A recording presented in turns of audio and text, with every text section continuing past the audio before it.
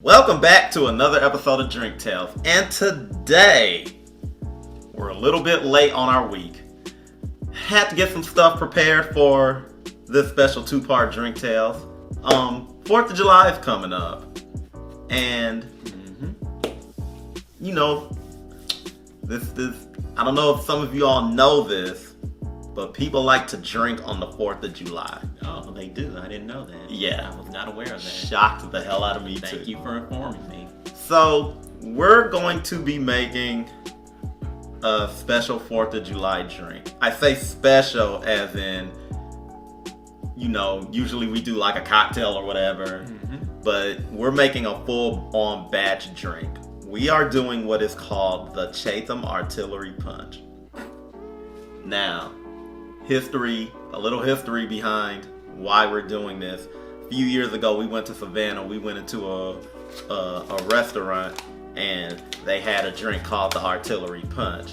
And if you ordered it and you drank it, they also gave you like a commemorative glass and stuff, and they also gave you the recipe to the Artillery Punch. Do you remember the name of the restaurant that we did that in?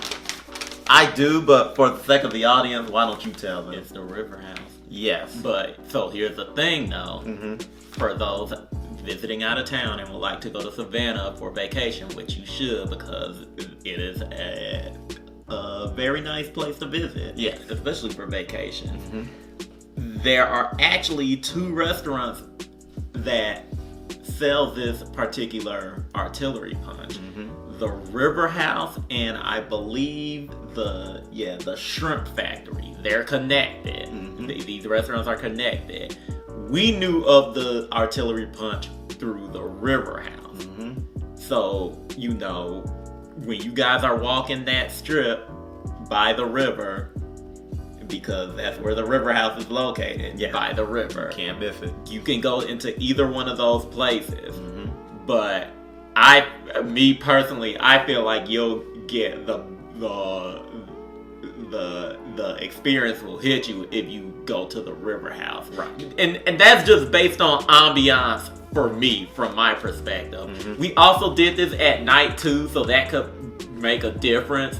But, you know, you can visit in the daytime. And also, too, the food was really delicious. Oh, yeah. Oh, yeah. So, you know, if you're going there for the Artillery Punch, get something to eat, too. Very nice food. And especially if you go to the Shrimp Factory. Like, if you're going to the Shrimp Factory and you don't get shrimp, then why did you go? Yeah. Outside of getting Artillery Punch. Yeah, exactly. But, you know, that brings us to this. So, this was like 5+ years ago, maybe. And we held on to this recipe because ourselves from the future came back in time and said, you're going to make this on a YouTube channel show. That's the story I like to tell. But really, we held on to it because we decided that we wanted to make this someday. And today is the day. But we're going to do a little twist. We're going to put our own spin on it. Because, you know, this is,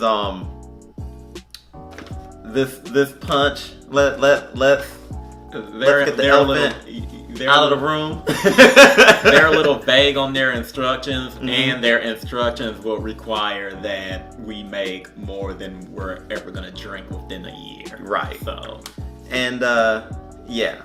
And this stuff dates all the way back to apparently 1791. So this is an old recipe. So we are going to be changing some things. The way history tells it, this punch was made to knock the enemy out on their asses and get them so drunk so that when it was time to, you know.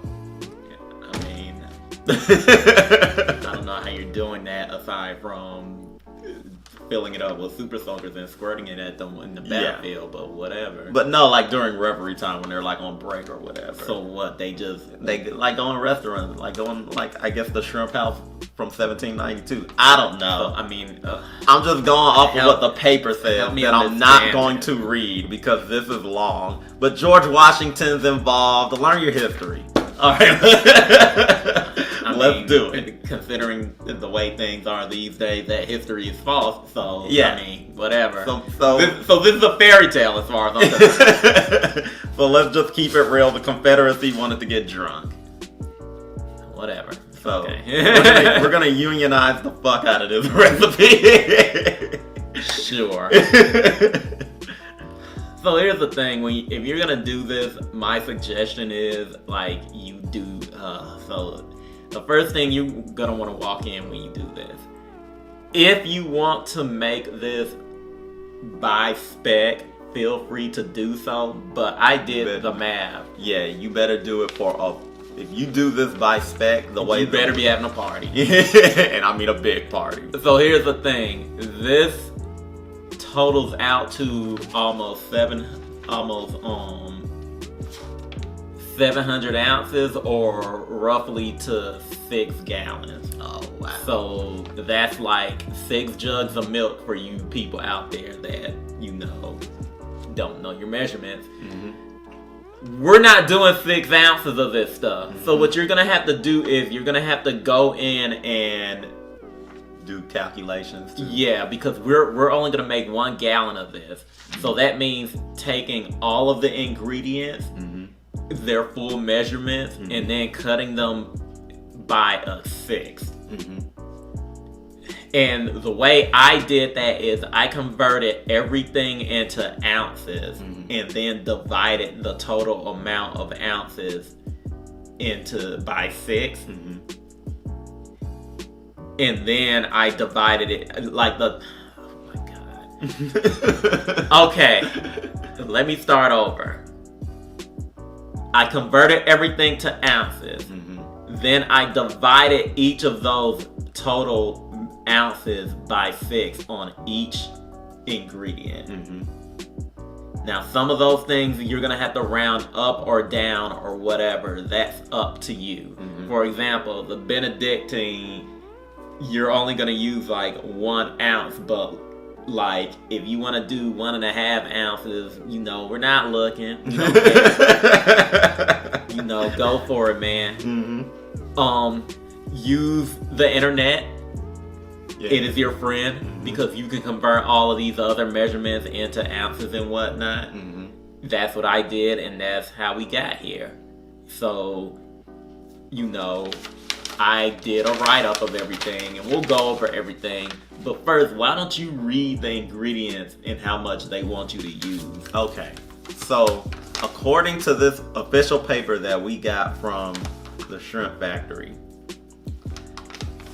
this recipe takes 1.5 gallons of Catawba wine, a half gallon of rum, 1 quart of gin, 1 quart of brandy, a half pint of Benedictine, 2 quarts of maraschino cherries, 1.5 quarts Rye Whiskey, 1.5 gallons of strong tea, 2.5 pounds of brown sugar, 1.5 quarts of orange juice, and 1.5 quarts of lemon juice. That's a lot. So yeah, you better be having a party. Yeah. And everybody better drink. Because that's 6 ounces, that's 6 gallons of stuff. So we're not doing that. We're only going to make a gallon of this. And I divided all of those ingredients. I converted all of those measurements of those ingredients to ounces, and then I divided them by 1/6. And the reason I went off of that is because when I turned everything into ounces, I added all of those ounces together and got the total amount of what it was, and it came out to roughly 6 gallons converted. Okay. So that's how we're doing this.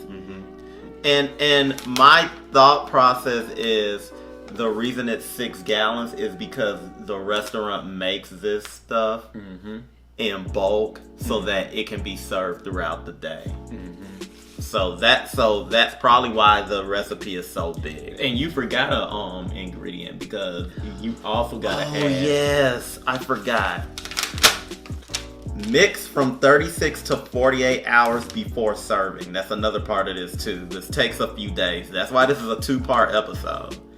And add 1 case, an entire case of champagne when ready to serve. So yeah. So here's what's gonna happen. Because 1 case of champagne is vague. A case would roughly be what, 6? But what was a case back in 1770 or whatever? Yeah, So like a case, the number of cases could differ. I don't know. So what you're gonna do is for this, and I'm jumping ahead a little bit here, is when you're ready to serve, just put what you want in the cup and then top it with champagne. But you'll see that in part 2. Let's get to doing this. This is gonna be a long part 1 anyway, because you guys are gonna watch as I do this one by one. I guess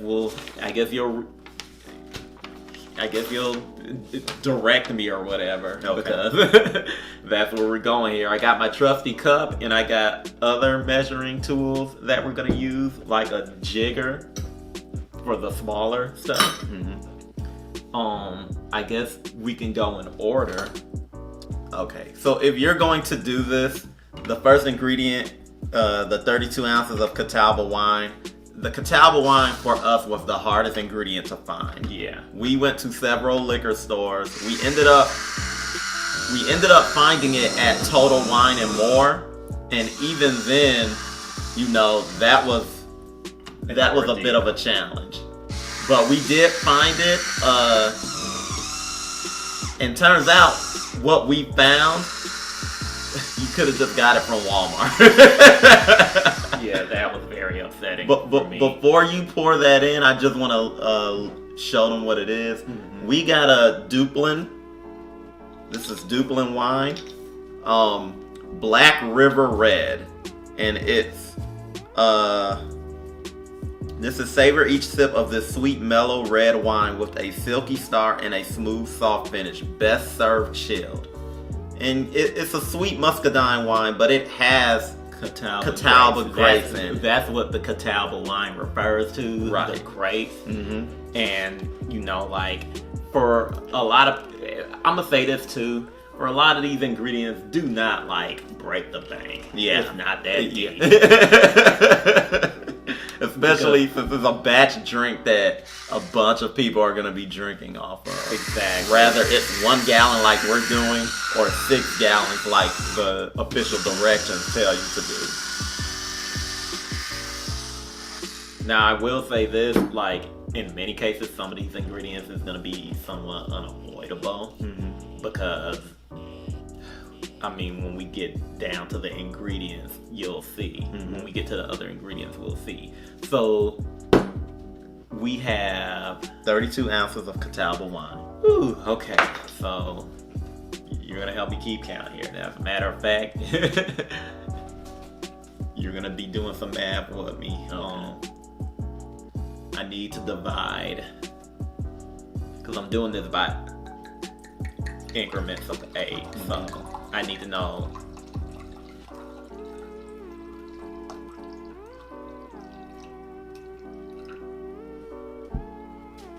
That's 8 ounces right there.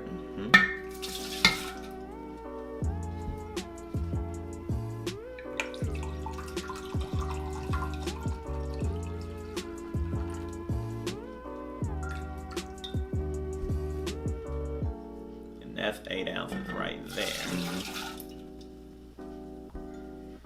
From the looks of things, this may be the entire bottle. Like, it may be the entire whole ass bottle, but I don't want to just dump it in there and be like, you put too much.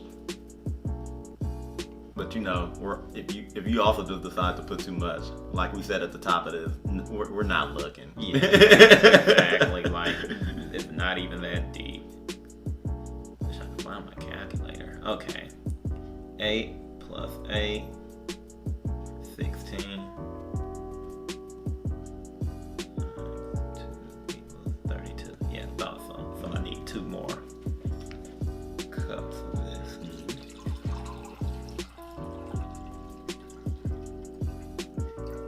Oh wow, yeah, that's the entire bottle. Yep. Guys, we put an entire bottle of this $6 wine. Close enough. Yeah. Close All right. Catawba wine down. Now, next up on the docket, 10 ounces of rum. So, when it came to the rum,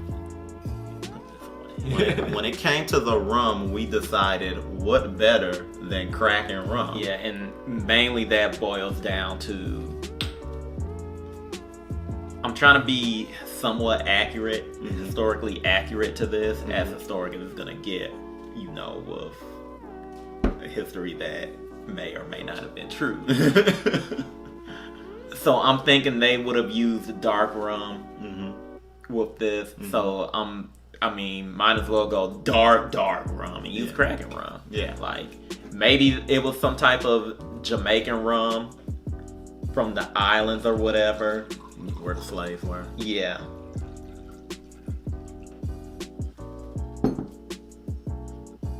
So that's about how much we need? 10 ounces.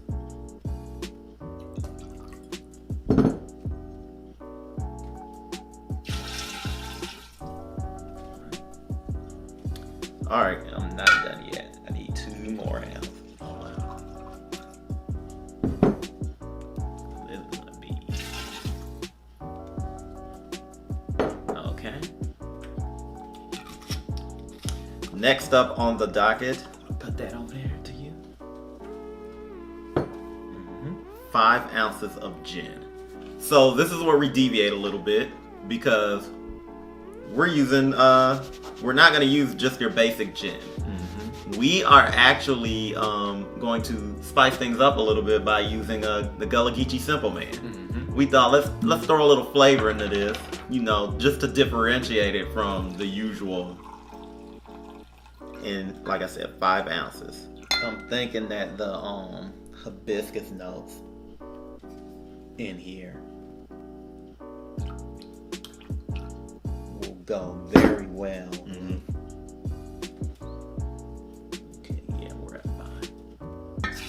With all the other sweeter flavors that we're messing with. Yeah, this is simple, man. Okay. Next up, 5 ounces of brandy. And we're gonna pull from our personal stash of brandy. Any brandy will do. I forgot what kind of brandy we're using in that. Yeah, and I think I put too much in here, but yellow. Yeah, like I said, nobody's looking.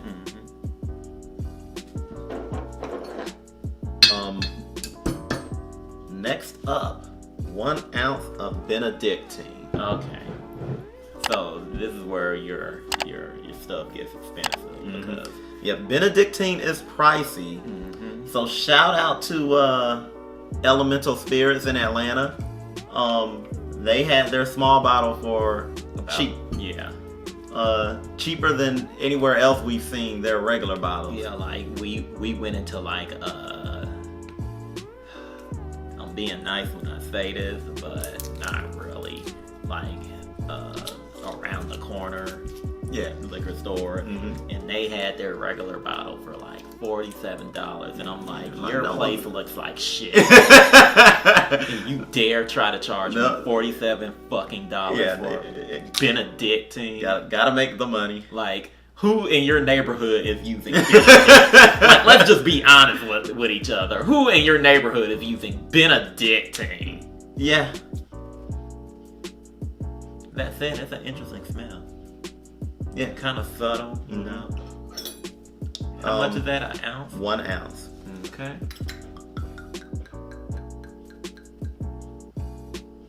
One of these days I'll do a drink with Benedictine. You are doing a drink with Benedictine right now. Achievement achieved. Okay. Next, 10 ounces of cherries. Okay. I don't know if this is 10 ounces or not, but we're just gonna dump this whole thing in there. Like, you guys don't have to get the fancy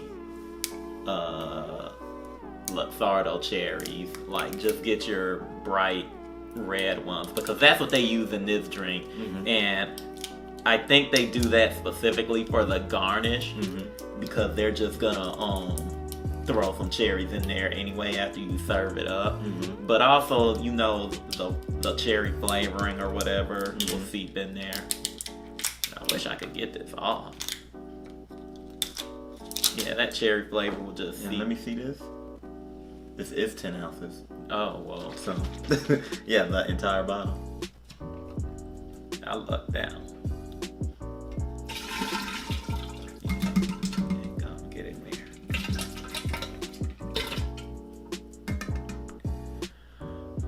We are making a mess. Yeah. Okay. What's next? 8 ounces of rye whiskey. Okay. So for rye whiskey, we're using Bullet. And this is their Frontier Straight American Rye, distilled and aged in the Bullet family tradition. We saw 2 Bullet bottles when we were at the liquor store. I can't remember what the other one was, and I want to say it was rye whiskey as well, but like I don't want to make a liar out of myself, so I'm not gonna.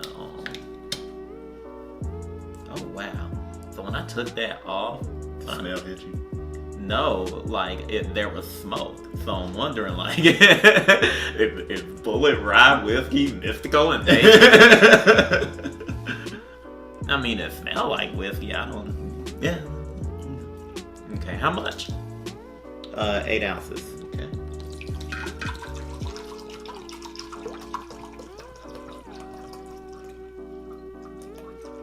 And, Bullet, you can't go wrong with it. We hear a lot of positive notes on it. Yeah.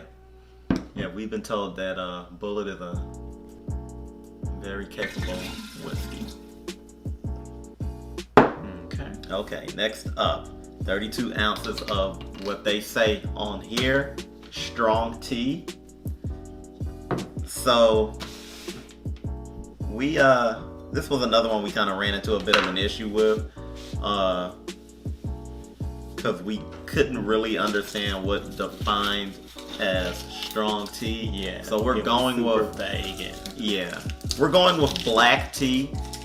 We're just doing a straight black tea. We figured that's strong enough. And if, for those of you that don't know what that is, just sweet tea without the sweet. Yeah. Like, just make sweet tea, but don't put sugar in it. Exactly. Like, at all. And we're assuming that they didn't put sugar in this because, like, they don't specify if the tea is sweet or not. Well, there's brown sugar in the yeah, but punch. I mean, there's several other things that have sugars in them as well. True, So, but that was my assumption was, because there's brown sugar in here, you don't need it. 32 ounces, you say? Yes.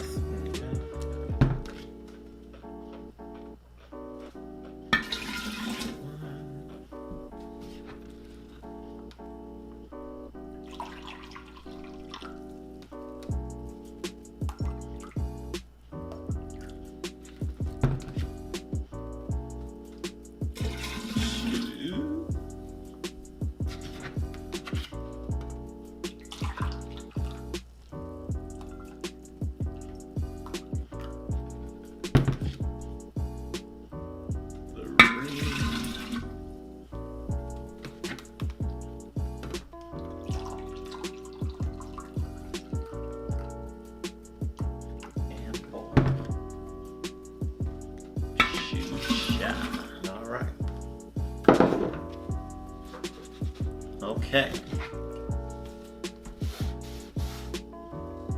Just put that over there. I'm running out of space. Next up, 6 ounces of brown sugar. Again, you go to your local store. In our case, we went to Walmart. It's like $1. Yeah. No need to break the bank on brown sugar. Brown sugar is breaking me right now, but what you guys wanted. 6 ounces, you say? Yes.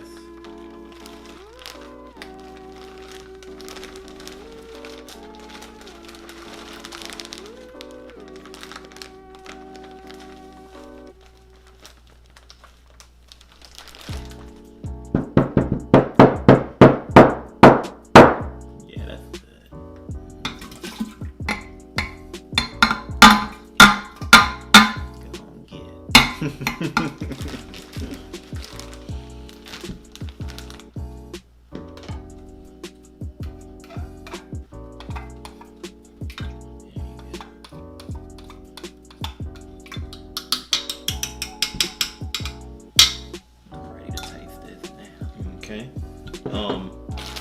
We're at the finish line. Okay, what we got? 8 ounces of orange juice. Okay.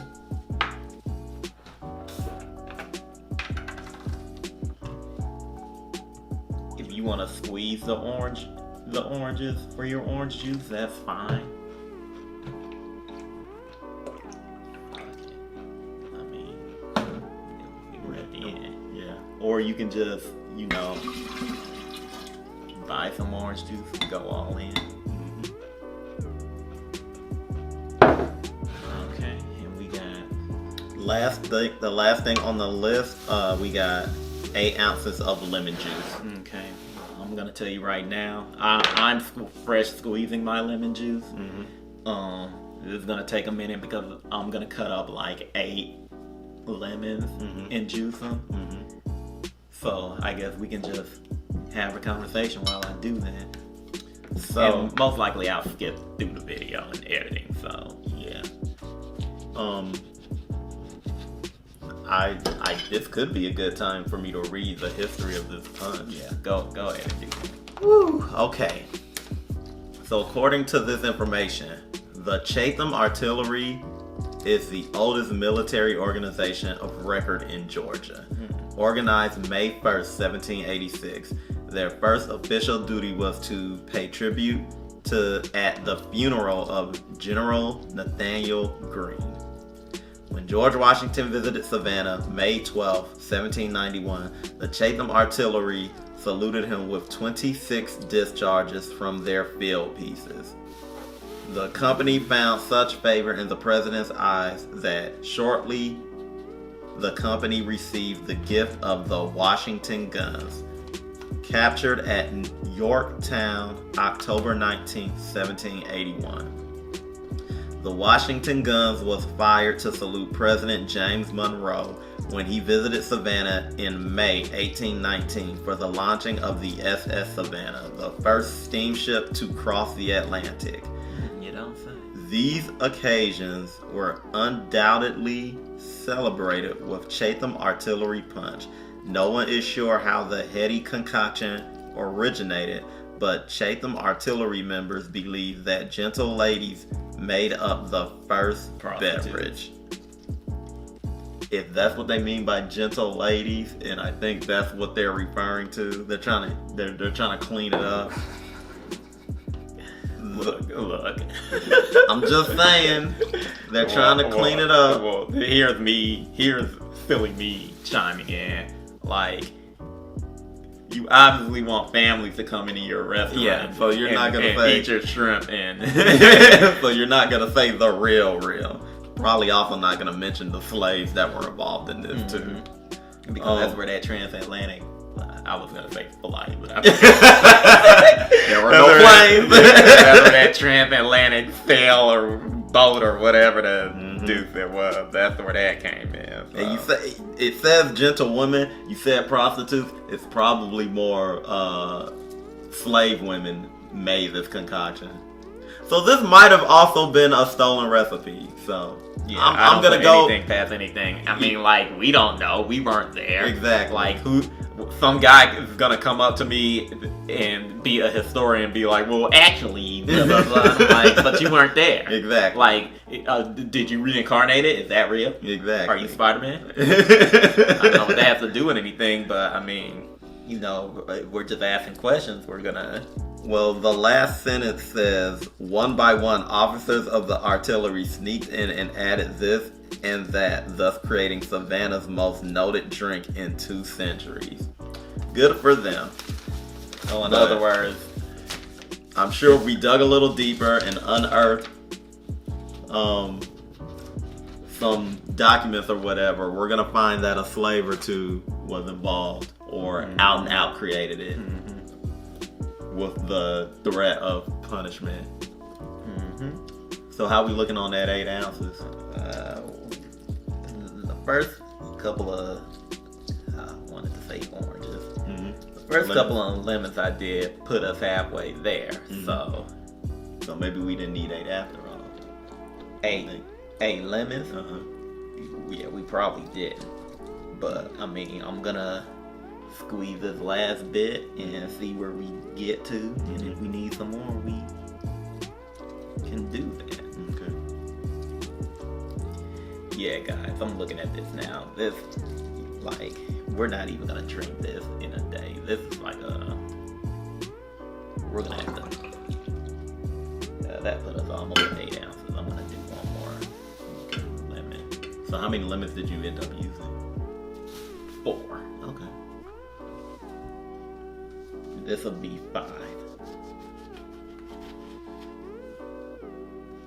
So about 5 lemons, give or take. But we Big also lemons, got, too. get big lemons. Don't get any small lemons thinking you're gonna get 8 ounces of lemon juice out of 5 lemons. Whew. And I know some of you are probably gonna juice them with like those juicers that you clamp down on. Like, you know, do what you gotta do, but make sure you get all the juice. Yeah. That's why I'm using this thing right here. Mm-hmm. Like, as a bit of a tangent, I like these juicers the best, which is why I want to get one that's handheld so that I can cut the lemon in half and then like do this to it. Mm-hmm.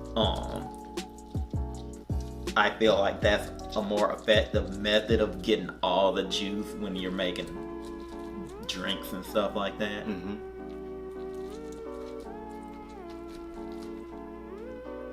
But of course I could be wrong. It's been known to happen a time or two. Yeah, that put us right at 8 ounces. Alrighty. In you go. Okay.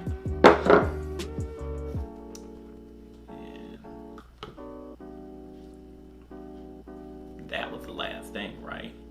Yes, that was the last ingredient. So, effectively, there should be 125 ounces in this container here of liquid. Or 1 whole gallon. Right.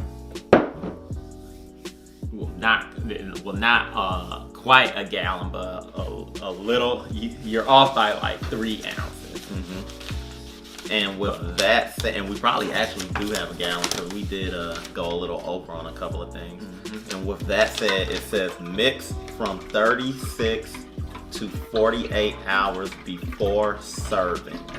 Add 1 case of champagne when ready to serve. We will not be adding a case of champagne. More like 1 bottle, or more like opening champagne. But you know what? I think we should just put a whole bottle of champagne in there, just to even it out. Yeah. Because you can run out of a bottle of champagne while serving. Mm-hmm. So that wouldn't be accurate. So we're mixing this really well right now, and then it has to sit from 36 to 48 hours. So that's about 3 days or so. 48 hours. 2 days. 2 days? Roughly. Okay. So about roughly 2 days, which will be just in time for the 4th of July. And actually, the longer you let it sit, the better it's supposed to be. Yeah. But we're gonna mix this up and let it sit for the 48 to 36 hours. 36 to 48 hours, should I say? Yeah, that's it. Like, and I would say, I guess you would keep mixing it, I guess, every few hours or so. if you want to. Like if you want to, just to make sure it's doing its thing. Mm-hmm. So yeah, this sits. Do you know if it's chilled? If it's supposed to sit? I'm gonna chill it. Okay, so we're be on the safe. we're gonna chill it. We're gonna let it sit and chill. So we're gonna put it in like the refrigerator or something like that, and let it do its thing there.